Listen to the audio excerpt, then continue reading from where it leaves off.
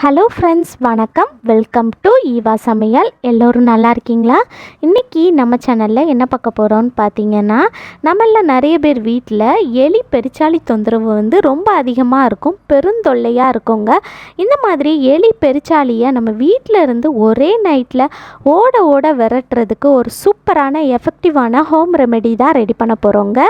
வீடியோவை ஸ்கிப் பண்ணாமல் பாருங்கள். நம்ம சேனலை இப்போ தான் ஃபஸ்ட் டைம் பார்க்குறீங்கன்னா சப்ஸ்கிரைப் பண்ணலன்னா சப்ஸ்கிரைப் பண்ணிக்கோங்க ஃப்ரெண்ட்ஸ். பக்கத்தில் இருக்க நோட்டிஃபிகேஷன் பெல் ஐக்கானை கிளிக் பண்ணிக்கோங்க. நம்ம வீட்டில் எலி வந்துருச்சு அப்படின்னா அது கிச்சனில் இருக்கிற திங்ஸ் எல்லாம் கடித்து நாசம் பண்ணிவிடுங்க. Grinder wire, fridge wire, washing machine ஒயர்னு, டிவி ஒயர்னு எல்லா ஒயருமே கடிச்சு வச்சிரும். அது மட்டும் இல்லாமல் நம்ம வீட்டில் இருக்கக்கூடிய ட்ரெஸ்ஸையுமே கடிச்சு வச்சுருங்க. தோட்டத்தில் இருக்கக்கூடிய செடியுமே அது நாசம் பண்ணிடும். இந்த மாதிரி அட்டகாசம் செய்யும் எலி. அது மட்டும் இல்லாமல் பெருச்சாளி தொந்தரவுக்கும் நீங்கள் இந்த மாதிரி ட்ரை பண்ணலாங்க. பெருச்சாளியெல்லாம் வந்துருச்சு அப்படின்னா நம்ம வீட்டு தோட்டத்தில் பெரிய குழியாக போட்டு வச்சிடும், செடி எல்லாத்தையுமே நாசம் பண்ணிவிடுங்க. அந்த மாதிரி இருக்கிறப்ப எலி பெருச்சாளி தொந்தரவுக்கு ஒரு சூப்பரான ஹோம் ரெமெடி எப்படி ரெடி பண்ணுறதுன்னு பார்க்கலாங்க. ஒரு பவுல் எடுத்துக்கங்க. இதில் 4 ஸ்பூன் அளவுக்கு கோதுமை மாவு சேர்த்துக்கலாம். கோதுமை மாவில் செய்யக்கூடிய எல்லா உணவுமே எலிக்கு ரொம்பவே விருப்பமானதுங்க. இப்போ அடுத்ததாக இதில் ஒரு அரை டீஸ்பூன் அளவுக்கு தேங்காய் எண்ணெய் சேர்த்துக்கலாங்க. தேங்காய் எண்ணெய் சேர்க்கறதுனால நமக்கு இதோட வாசனை ரொம்ப அதிகமாக இருக்கும். அதனால பார்த்திங்கன்னா எலி கண்டிப்பாக இதை சாப்பிட்ருங்க.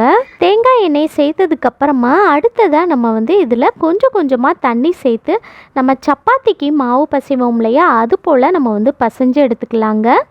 இந்த மாதிரி கொஞ்சமாக தண்ணி சேர்த்து இந்த மாதிரி கையை வச்சு நல்லா பசைஞ்சு எடுத்துக்கலாம். பசைஞ்சு எடுத்து இந்த மாதிரி நல்லா உருட்டி எடுத்துக்கோங்க. உருட்டி எடுத்துட்டு இதை நம்ம ரெண்டாக பிரித்து எடுத்துக்கலாங்க. இந்த மாதிரி ரெண்டாக பிரித்து எடுத்துட்டு இந்த மாதிரி நல்லா உருட்டி எடுத்துக்கோங்க.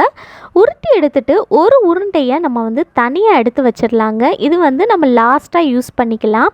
நம்ம இந்த மாதிரி ஒரு உருண்டையை மட்டும் எடுத்துக்கலாங்க. இப்போ அடுத்ததாக இந்த மாதிரி ஒரு பேப்பர் எடுத்துக்கோங்க. அடுத்ததாக நமக்கு தேவைப்படுறது என்னென்னா காய்ச்சல் மாத்திரை இருக்கு இல்லையா, அதுதான்.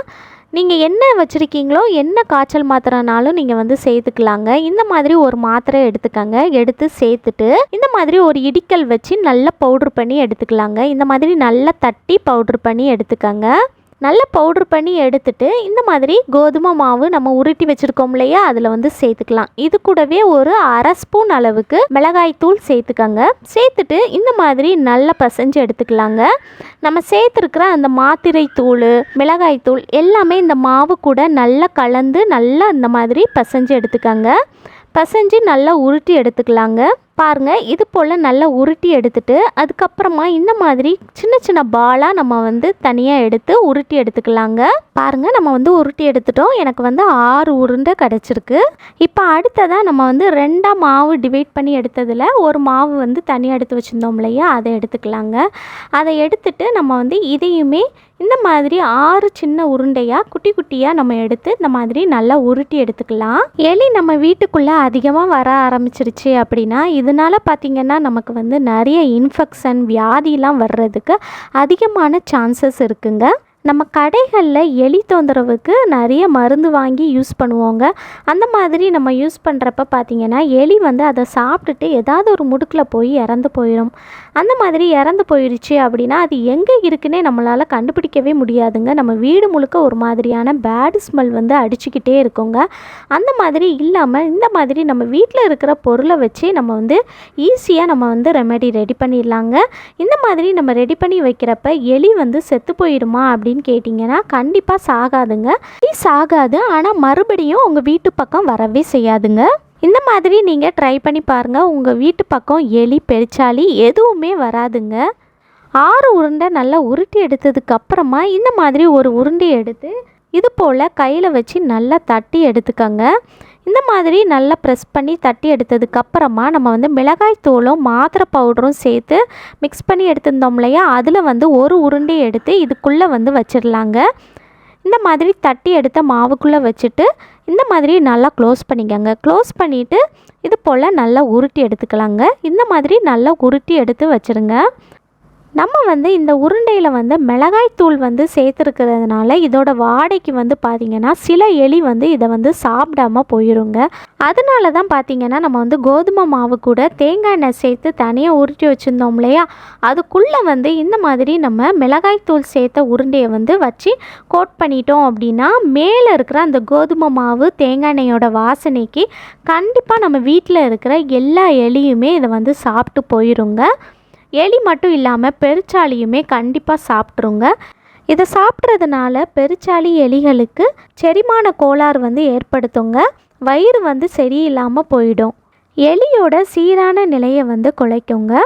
எலிகளுக்கு மயக்கம் வரும். இதை சாப்பிட்றதுனால எலிகளுக்கு வந்து முன்னே இருந்தபடி ஆக்டிவாக இல்லாமல் அது வந்து ஒரு மாதிரி வயிறு சரியில்லாமல் ரொம்ப உடம்பு சரியில்லாமல் போயிடுங்க.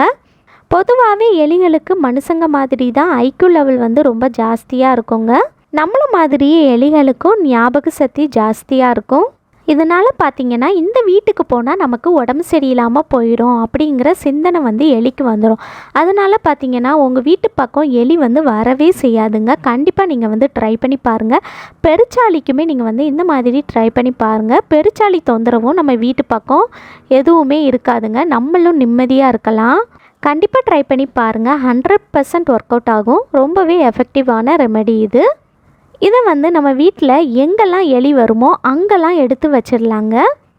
நம்ம வீட்டில் இந்த மாதிரி ஜன்னல்லாம் ஓப்பன் பண்ணி வச்சுருந்தோம் அப்படின்னா அந்த ஜன்னல் வழியாக நைட் டைமில் எலி வந்து உள்ளே வருங்க.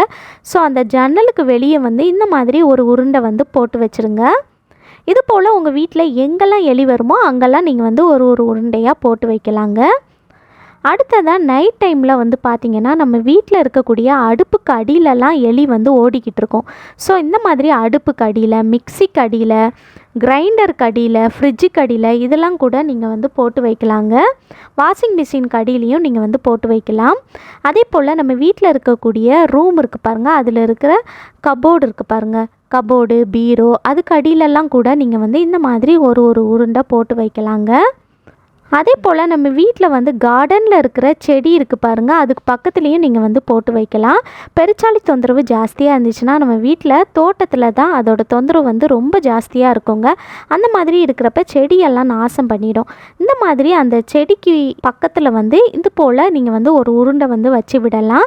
மண்ணுலேயும் நீங்கள் வந்து இந்த மாதிரி போட்டு வைக்கலாங்க. போட்டு வைக்கும்போது பெருச்சாளி வந்து கண்டிப்பாக இதை சாப்பிட்ரும். இதை சாப்பிட்ருச்சு அப்படின்னா கண்டிப்பாக அடுத்த டைம்லேருந்து உங்கள் வீட்டு பக்கம் பெருச்சாளி வரவே செய்யாதுங்க. கண்டிப்பாக ட்ரை பண்ணி பாருங்கள். ஓகே ஃப்ரெண்ட்ஸ், இந்த வீடியோ உங்களுக்கு ரொம்பவே யூஸ்ஃபுல்லாக இருந்திருக்கும்னு நினைக்கிறேன். பிடிச்சிருந்துச்சுன்னா லைக் பண்ணிக்கோங்க. உங்கள் ஃப்ரெண்ட்ஸ் அண்ட் ஃபேமிலி மெம்பர்ஸ் கூட ஷேர் பண்ணிக்கோங்க. நம்ம சேனலை இப்போ தான் ஃபஸ்ட் டைம் பார்க்குறீங்கன்னா சப்ஸ்கிரைப் பண்ணலைன்னா சப்ஸ்கிரைப் பண்ணிக்கோங்க. பக்கத்தில் இருக்க நோட்டிஃபிகேஷன் பெல் ஐக்கானை கிளிக் பண்ணிக்கோங்க. தேங்க்யூ.